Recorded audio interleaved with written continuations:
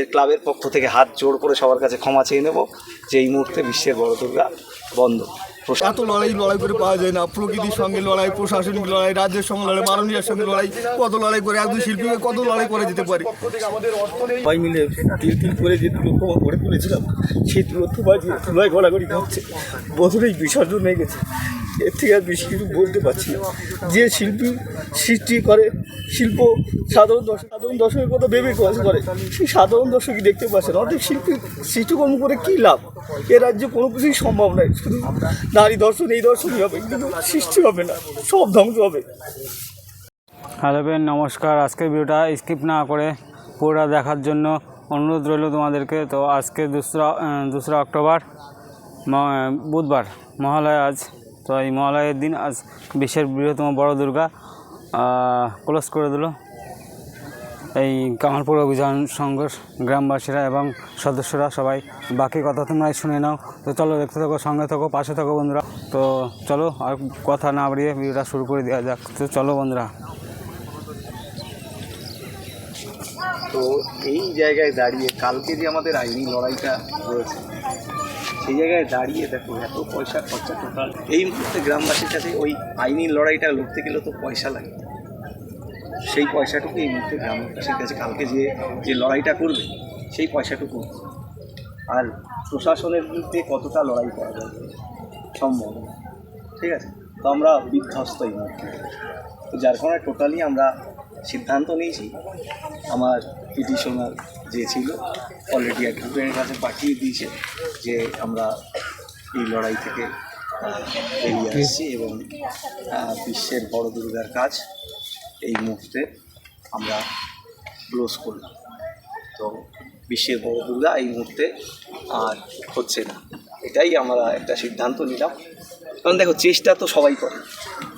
আমরা একটা চেষ্টা করেছিলাম, হয়তো আমাদের এটা বৃথা চেষ্টা হয়ে গেল, কিন্তু জানি না কোন কারণবশত কী কারণে কী হলো, প্রশাসন একেবারেই না যেখানে, আমার মনে হয় সেই জায়গাটায় এতটা জোরও আমাদের কাছে নেই যে এত বড় প্রশাসনের সাথে আমরা এই লড়াইটা দিতে পারবো।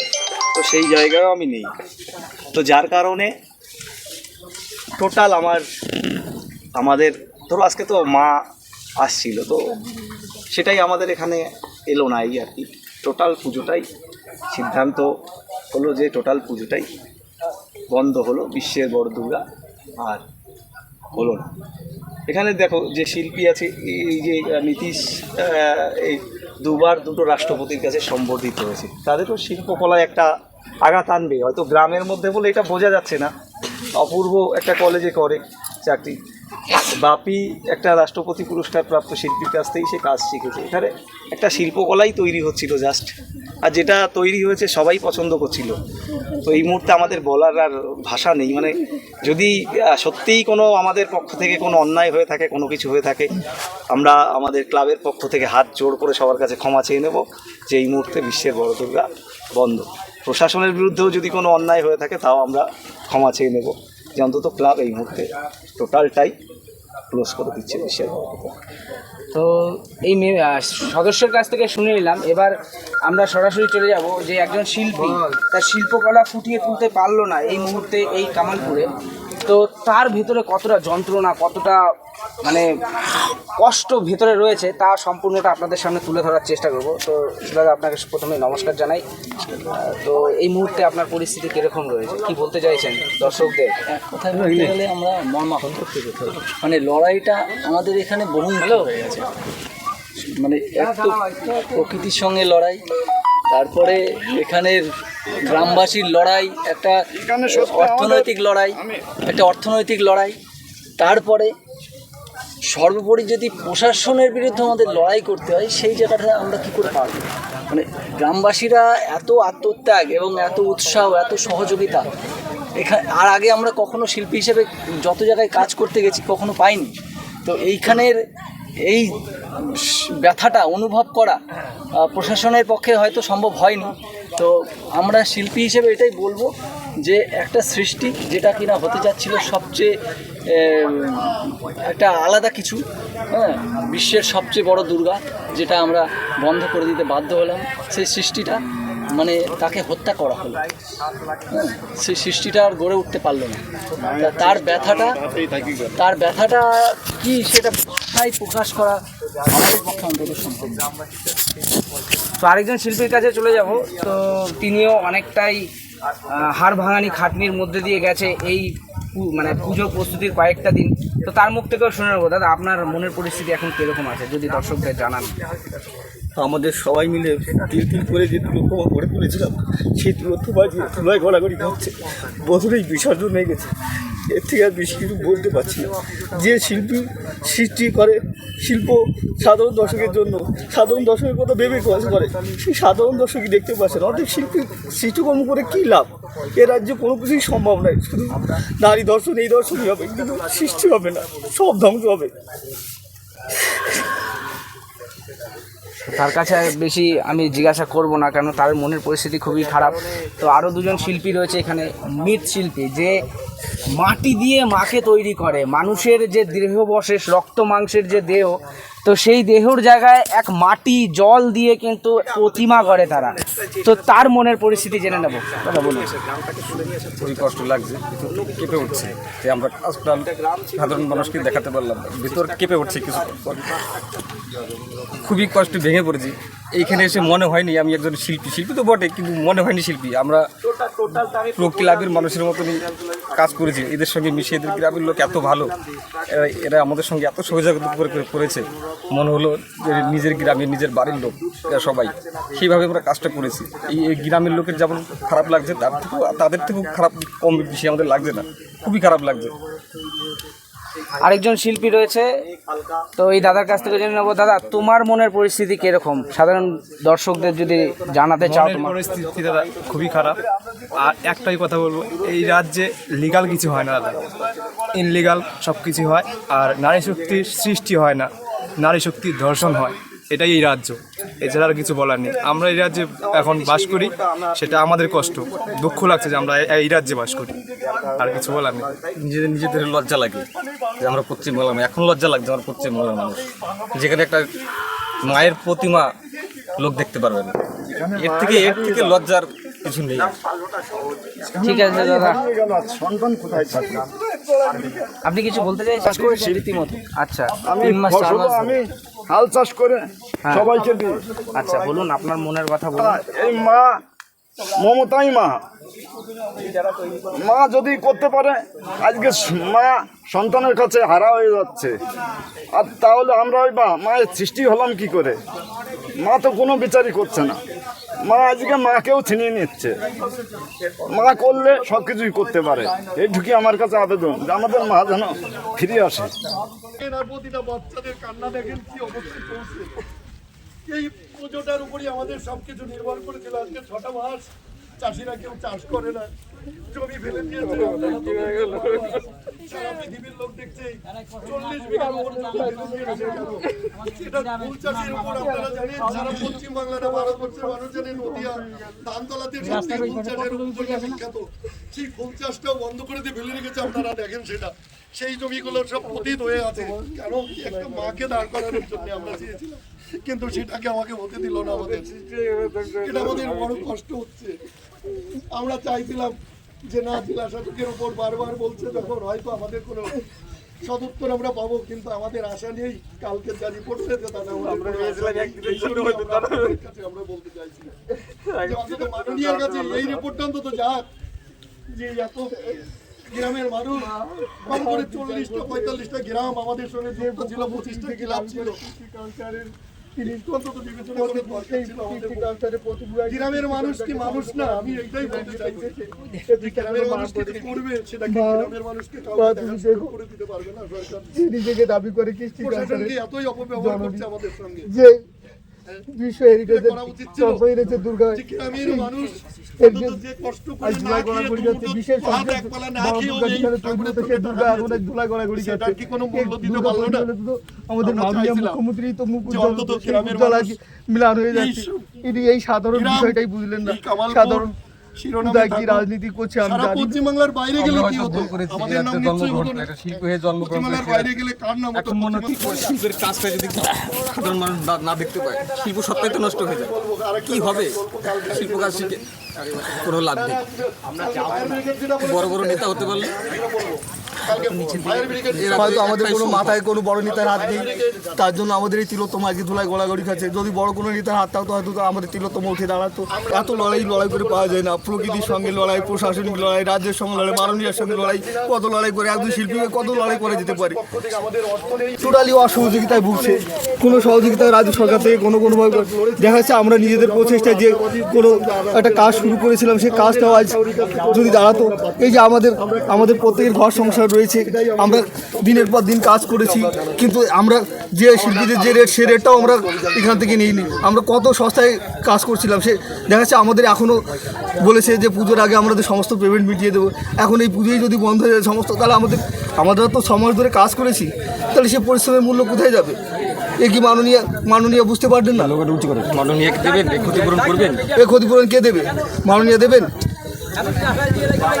এই জিনিসগুলো যা হলো, এটা আমাদের মানে ভাষা নেই। এই মুহূর্তে যা পরিস্থিতি তৈরি হয়েছে, ভাষা নেই। তো আমরা সত্যিই অনুরোধ ক্ষমা চেয়ে নিচ্ছি অন্ত কামালপুর অভিযান সংঘ, একটা গ্রাম আজকে আর শিকার 60 লাখ টাকা পর্যন্ত আমাদের খরচা করতে পেরেছি টোটালি গ্রামবাসী, সাধারণ গ্রামবাসী। কালকে যে কোর্টে যাবে বলছি না, কি কোর্টে যাওয়ার পয়সাটুকু নেই। কোর্টে যেতে গেলেও ধরুন এত বড় বড় লয়ার উঠতে গেলে তাদের তো পয়সা লাগে, ফ্রিতে তো আর কেউ ওঠে না। তো যার কারণে আমাদের সেই পরিস্থিতি নেই। ওই কারণে বললাম যে দেখুন, প্রশাসনের সাথে লড়াই করে আমরা পারবো না। ঠিক আছে, টোটালটাই আমরা আমাদের কেস উইথড্র করার জন্য অলরেডি অ্যাপ্লিকেশন করে দিচ্ছি।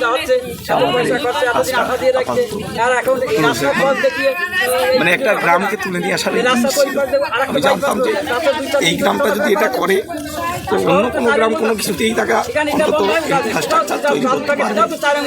দেখো, এত লোক আসছে শুধুমাত্র শহর থেকে গ্রামের দিকে শুধুমাত্র এই ঠাকুরটা দেখার জন্য। তো তার দিক দিয়ে তো একটা ইনকাম সোর্স সবারই তৈরি হয়েছিল।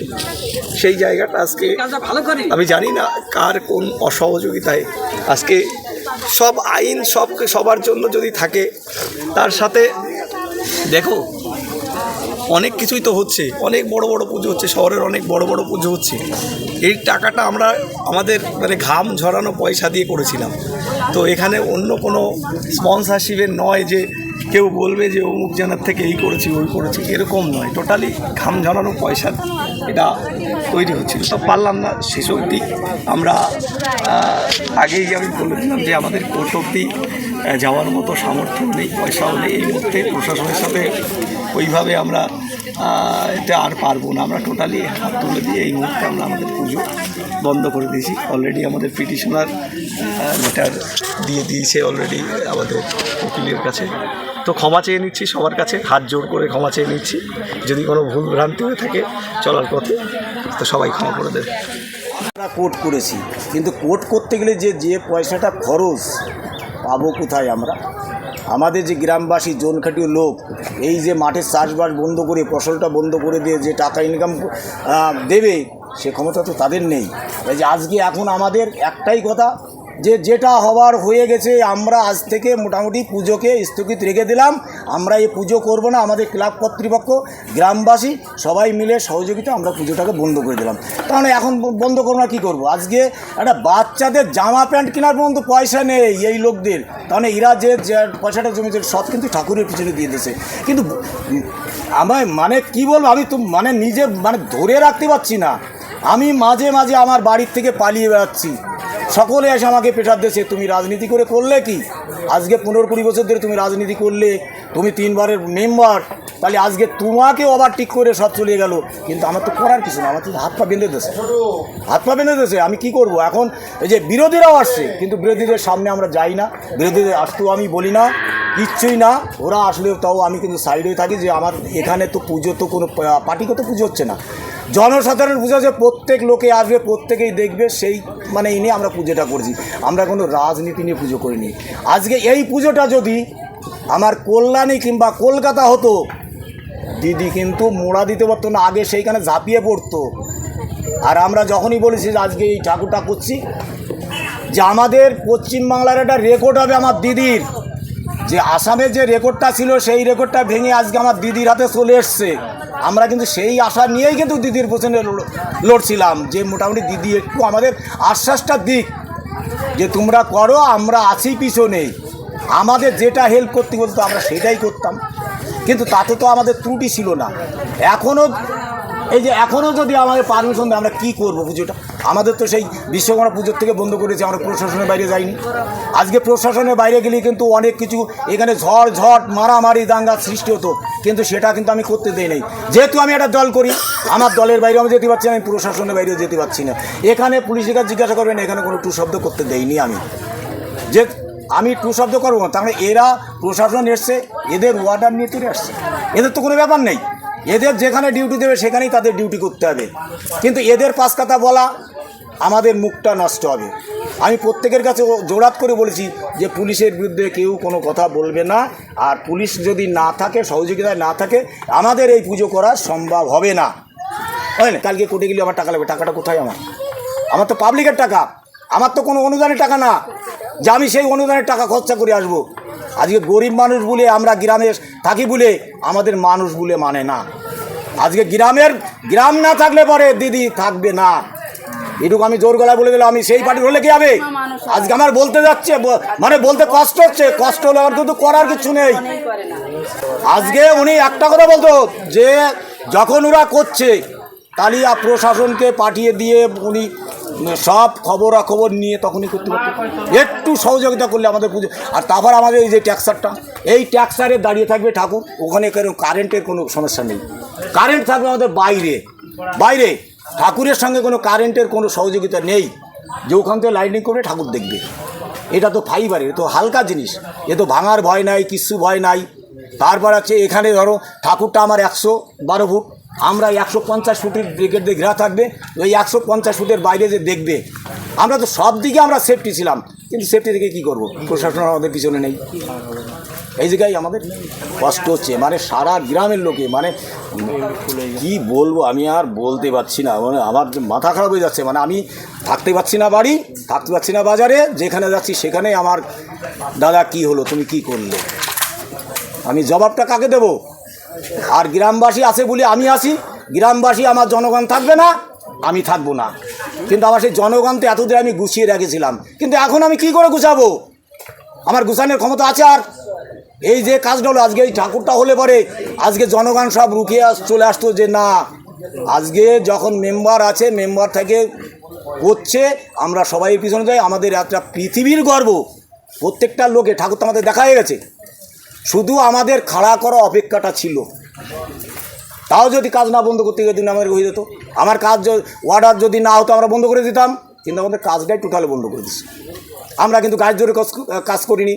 অনেক কথা বলেছে যে আমরা যাচ্ছি, আমরা ঠাকুরকে, আরে বাবা তোমরা আজকে আসছো, তোমরা থাকবে না পরে ঝামেলায় পড়বে কারা?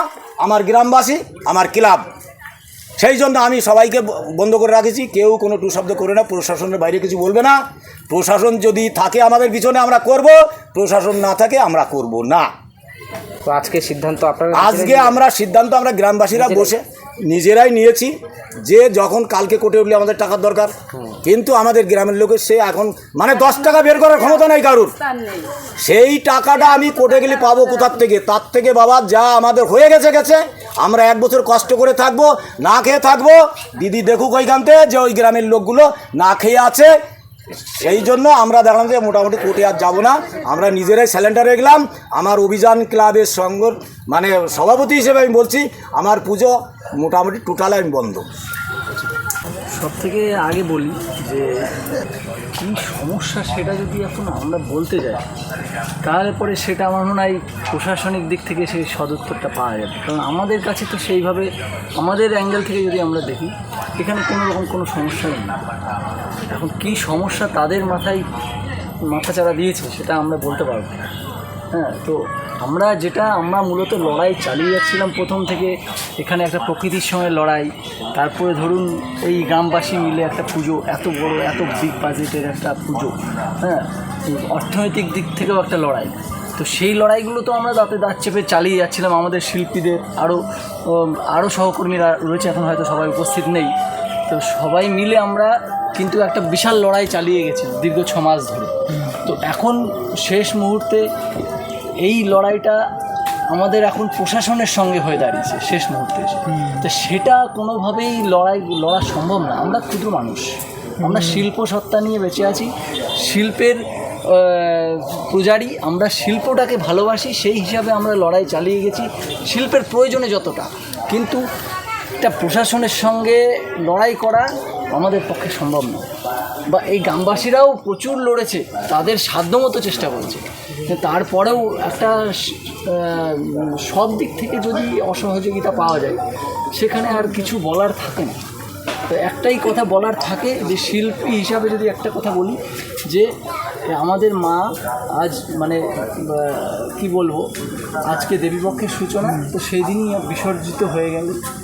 আর শিল্প একটা যেটা সৃষ্টি তৈরি হচ্ছিল সেই শিল্পটাকে এখানে গলা টিপে হত্যা করা হলো। তো এর থেকে বেশি কিছু বলার মতো ভাষা এই মুহূর্তে নেই। তোরা কিছু বলি? এতদিন ধরে আমরা কাজটা করেছি, খুব যত্নের সঙ্গে কাজটা করেছি। আমরা ভেবেছিলাম বিশ্ববাসী দেখবে কাজটা, আমাদেরও ভালো লাগবে, গ্রামবাসীরও ভালো লাগবে। সেই জায়গাটায় দাঁড়িয়ে প্রশাসন যা করলো ক্লাবের সঙ্গে আমাদের সঙ্গে, আমরা কাজটা সবাইকে দেখার সম্মুখে আনতে পারলাম না। আজকে এরকম মহালয়ের দিন, আজকে মহালয়ের দিনে দেবী দাঁড়িয়ে যাবে। আমরা ভেবেছিলাম মহালয়ের দিন দাঁড় করাবো, সেখানে দেখো মা মাটিতে শুয়ে আছে। এই আমরা খুব কষ্ট ভিতর থেকে ভেঙে পড়ছে আমরা।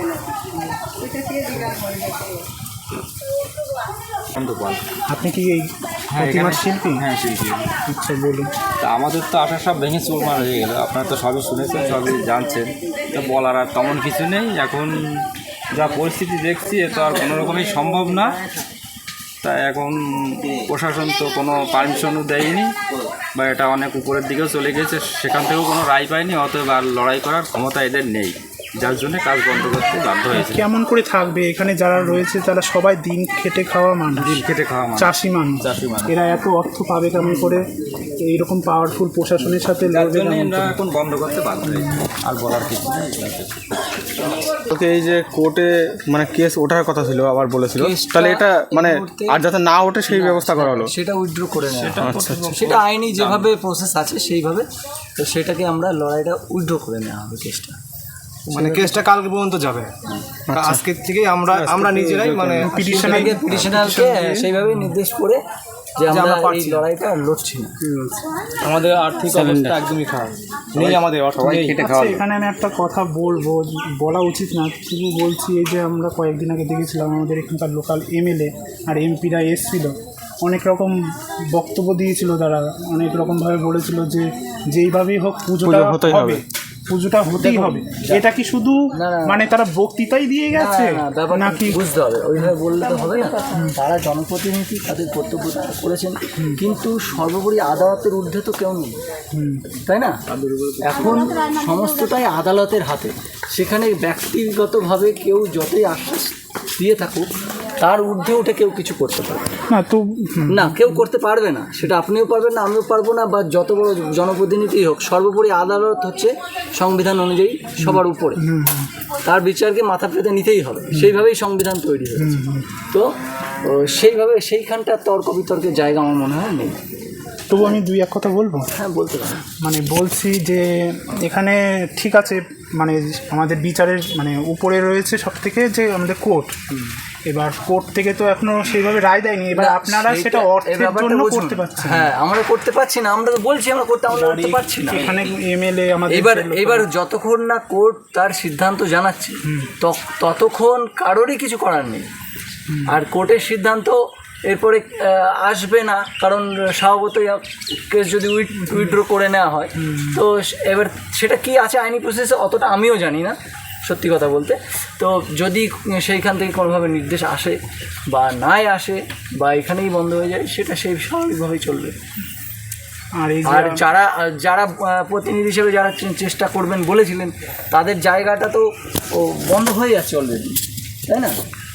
সেখানে গ্রামবাসীরা আমরা সবাই মিলে সিদ্ধান্ত নিয়ে ফেলেছেন, যখন আমরা পারবো না, আমাদের অক্ষমতা আছে কিছু জায়গায়, হ্যাঁ, অর্থনৈতিক দিকে সমস্যা আছে, তো সেইখানে আর কারোকে দোষারোপ করে তো কোনো লাভ নেই না। তারা তাদের মতো চেষ্টা করবেন বলেছিলেন, তো আমি উল্টে তাদেরকে ধন্যবাদই দেবো যে তারা হয়তো চেষ্টা করেছেন, কিছুটা হলেও দাঁড়িয়েছে, কিছুটা হলেও সেটা তাদের ধন্যবাদ প্রাপ্য। তাদেরও তো একটা লিমিট আছে করার। সেই সকালবেলা এসেছি আর এখন বাজে 1:30 বাজে, তো বাড়ি যেতে হবে। তোমাদের পারফেক্ট খবরটা মানে আপডেটটা দেওয়ার জন্য আমি সকাল সকাল এসেছিলাম, তো এখন বাড়ি যাব। তো চলো দেখা হচ্ছে নেক্সট অন্য কোনো ভিডিওতে, ততক্ষণ জন্য টাটা বন্ধুরা।